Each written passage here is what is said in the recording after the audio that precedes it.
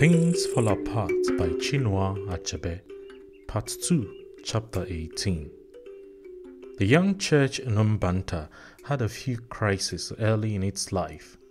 At first, the clan had assumed that it would not survive, but it had gone on living and gradually becoming stronger. The clan was worried, but not overmuch. If a gang of Efulefu decided to live in the evil forest, it was their own affair. When one came to think of it, the evil forest was a fit home for such undesirable people. It was true they were rescuing twins from the bush, but they never brought them into the village. As far as the villagers were concerned, the twins still remained where they had been thrown away.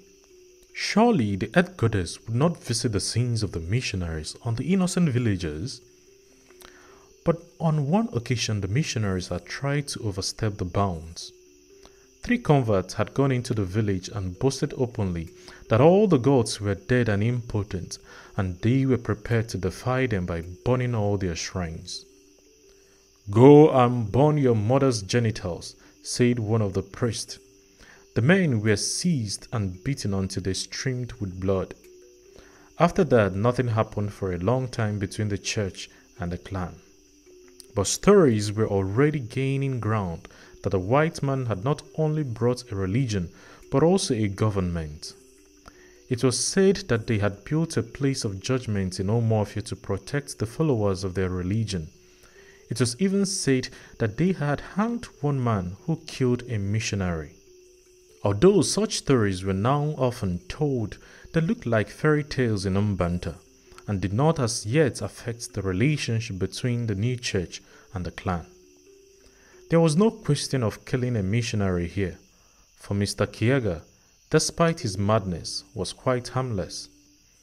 As for his converts, no one could kill them without having to flee from the clan, for in spite of their worthlessness, they still belonged to the clan. And so nobody gave serious thoughts to the stories about the white man's government or the consequences of killing the Christians. If they become more troublesome than they already were, they would simply be driven out of the clan. And the little church was at that moment too deeply absorbed in its own troubles to annoy the clan. It all began over the question of admitting outcast. These outcasts, or Osu, seeing that the new religion welcomed twins and such abominations, thought that it was possible that they would also be received. And so one Sunday 2 of them went into the church. There was an immediate stir, but so great was the work the new religion had done among the converts that they did not immediately leave the church when the outcasts came in. Those who found themselves nearest to them merely moved to another seat. It was a miracle, but it only lasted till the end of the service. The whole church raised a protest and was about to drive these people out when Mr. Kiega stopped them and began to explain. "Before God," he said, "there is no slave or free. We are all children of God, and we must receive these our brothers." "You do not understand," said one of the converts. "What will the heathen say of us when they hear that we receive Osu into our midst?" "They will laugh." "Let them laugh," said Mr. Kiega. "God will laugh at them on the judgment day. Why do the nations rage and the people imagine a vain thing? He that sitteth in the heavens shall laugh. The Lord shall have them in derision." "You do not understand," the convert maintained. "You are our teacher, and you can teach us the things of the new faith. But this is a matter which we know," and he told him what an Osu was.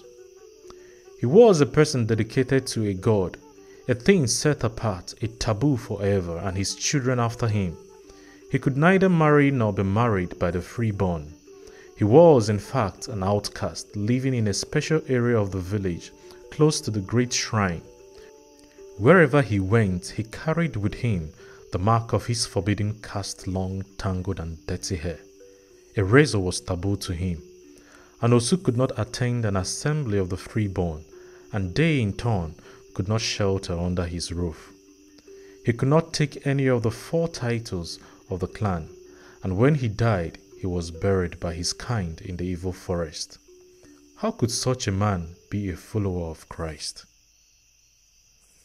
He needs Christ more than you and I, said Mr. Kiaga. Then I shall go back to the clan, said the convert, and he went.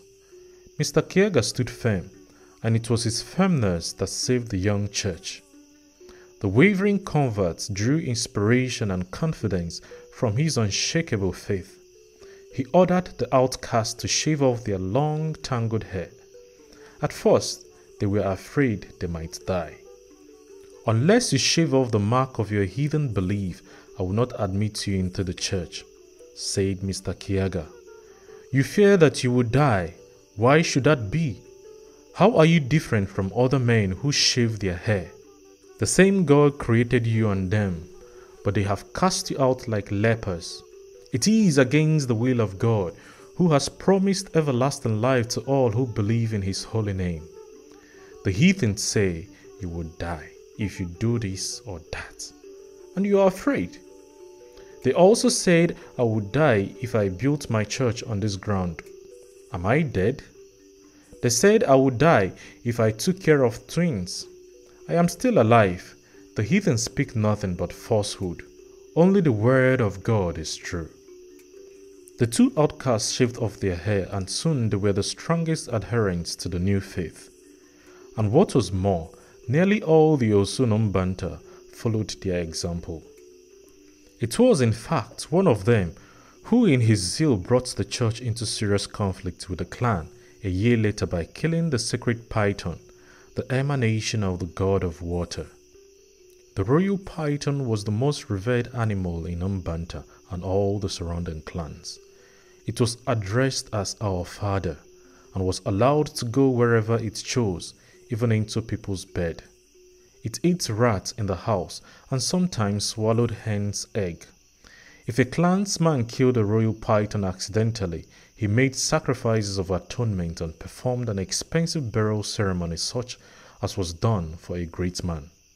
No punishment was prescribed for a man who killed the python knowingly.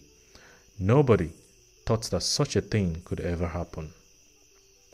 Perhaps it never did happen. That was the way the clan at first looked at it. No one had actually seen the man do it. The story had arisen among the Christians themselves. But all the same, the rulers and elders of Umbanta assembled to decide on their action. Many of them spoke at great length and in fury.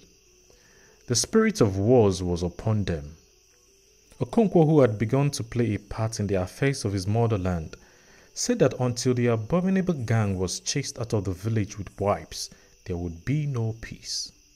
But there were many others who saw the situation differently, and it was their counsel that prevailed in the end. "It is not our custom to fight for our gods," said one of them. "Let us not presume to do so now.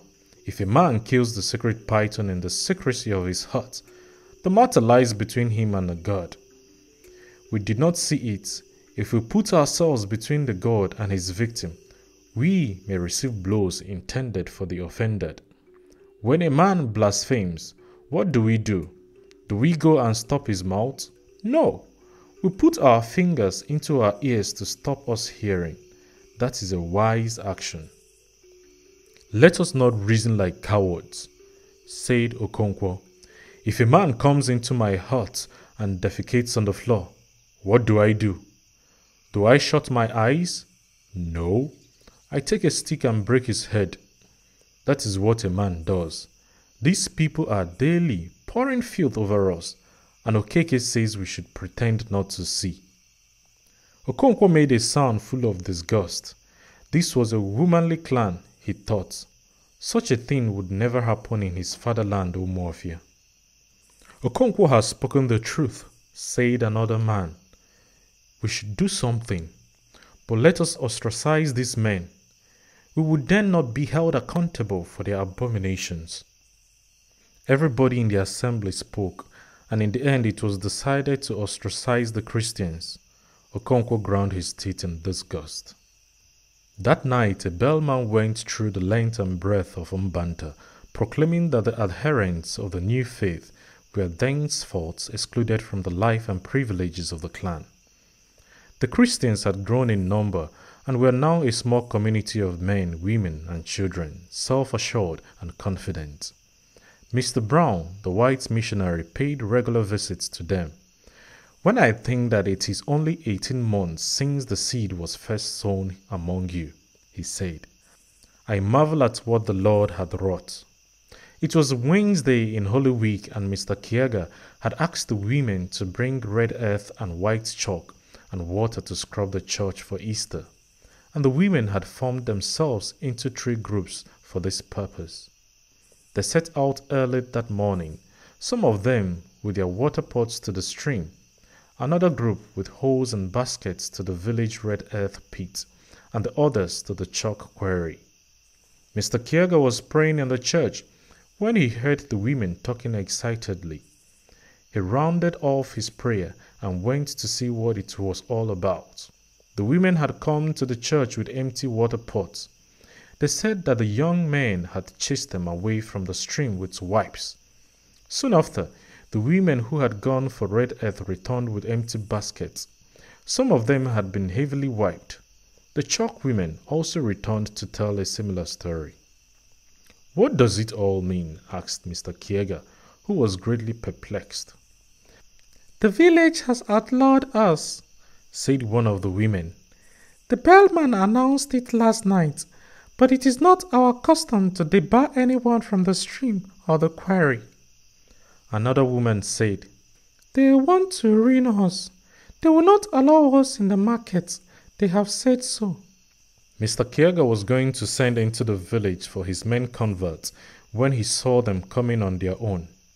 Of course, they had all heard the bellman, but they had never in all their lives heard of women being debarred from the stream. "Come along," they said to the women. "We will go with you to meet those cowards." Some of them had big sticks and some even machetes. But Mr. Kiaga restrained them. He wanted first to know why they had been outlawed. "They said that Okoli killed the sacred python," said one man. "It is false," said another. "Okoli told me himself that it was false." Okoli was not there to answer. He had fallen ill on the previous night. Before the day was over, he was dead. His death showed that the gods were still able to fight their own battles. The clan saw no reason then for molesting the Christians.